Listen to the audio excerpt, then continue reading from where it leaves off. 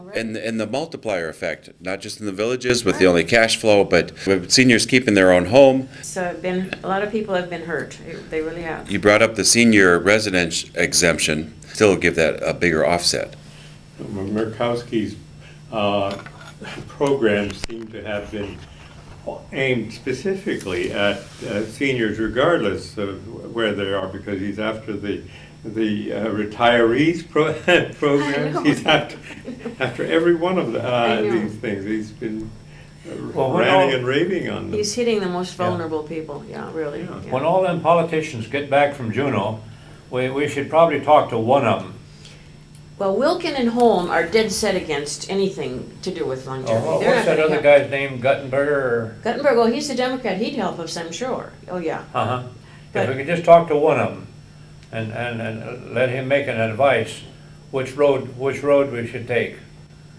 Well, Seekins would be against it. I mean, the Republican bloc is not going to be. It's only Guttenberg that would be supportive. He would be the only one. Yeah, the only one.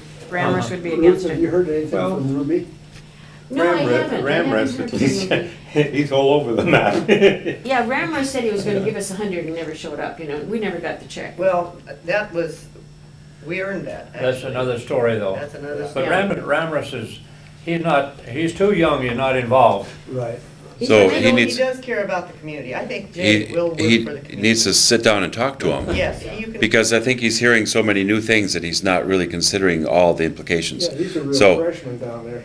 Right, so we need to be in touch with him on a regular basis and updating him. Yeah. Done that yet, Harry? Oh. You and I are going together to do that. Oh. We're going to go to the mayor's office with a letter saying. Which mayor? Both of them. They should both contribute. She's borough-wide. She's the hostess for the entire borough.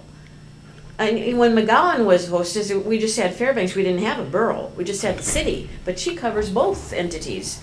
So we'd go to both mayors and say, look, guys, $50 from you every month, you should be able to do that. Take it out of petty cash. Yeah, you'd think so. No, you're coming with me when I do that. Sure. I need moral support. No trouble there. Take it out of the fund from the evidence locker down at City Police Station. Yeah, right. I can remember when they gave Eva McGowan some money. Did they give her some money? Yeah. Yeah. But she'd done it for so long. And, I know it. Yeah, really. And above and beyond the call of duty, she really was sincere about it. He was the one that told me about that. They gave Eva McGowan some money. No, they should, rightfully. I mean, after all, she's performing a service representing the city, and she's got to look nice. She needs clothes, and it costs money for gasoline. My goodness, $2.25 a gallon. By the way, it's $2.45 a gallon in Seattle now. I was down there visiting my daughter. $2.45 a gallon for gas in Seattle. We were just down in Wasilla over the weekend and paid 4 cents or 5 cents a gallon more than we pay in Fairbanks. That's the first that I've ever seen that in the Anchorage area. They're usually lower. They're considerably lower, yeah. lower. I used to drive down there with my Mercedes. Well, we do have a refinery close by here. Yeah, right. That makes you wonder, doesn't it? Yeah, we see it going by on the railroad. Furnace oil it's gone up to $2.09 the last time I looked, and I think it's going to be $2.19. It's awful. Yeah, I turned everything off for the summertime, no furnace at all. Boy, yeah, that's really gone up.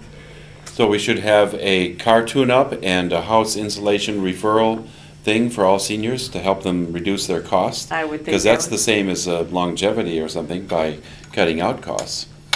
Yep. I mean, a lot of people aren't aware of the programs out there, like to insulate your house. Those referral There's an programs. Income level on that, though, isn't there? I mean, there's a couple programs there, but just the knowledge of that, and that we should actually promote some kind of car tune-up program, because just the IM doesn't help people keep the cars tuned up and save on gas. Right air in the tires, but little things to really cut costs to help mitigate some of it as we fight for. That's true. But anyhow, that's how we're proceeding in this, and I just wanted you to up to date. And as soon as I get this brief from the state that Joe says in his email he's going to send me, then we'll know what the state is going to, try to pursue. And yeah, and you might, as I suggested, at least contact. I will ask him about that amicus curiae, yeah, but I really don't think it's necessary, because I think the court is going to accept that.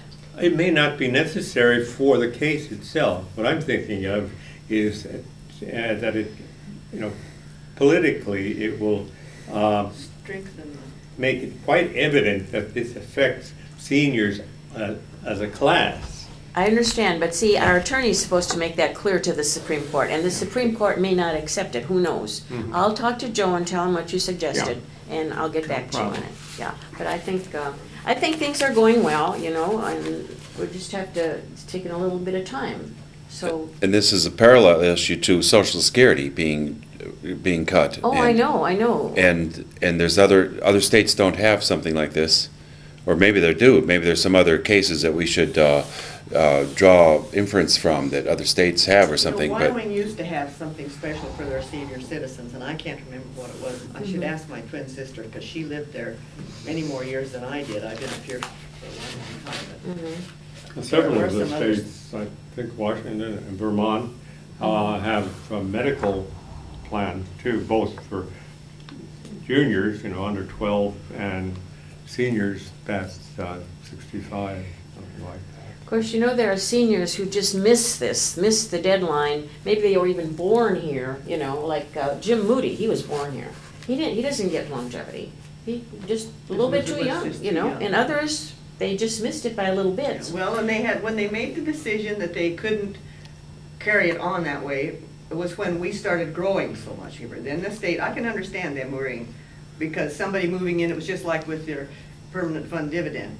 You know, everybody was supposed to look in Alaska, if we move up there, we can make this and this. Well, that would have ballooned, and it would have been a very costly thing if they'd have just left it open for anybody that was 65. Yeah. But it was being phased out. They recognized that. They did something to correct it and to phase it out and protect the seniors that were here during the really tough times. Yeah. And that wanted to stay. Yeah, but Murkowski refers to these people who came up for one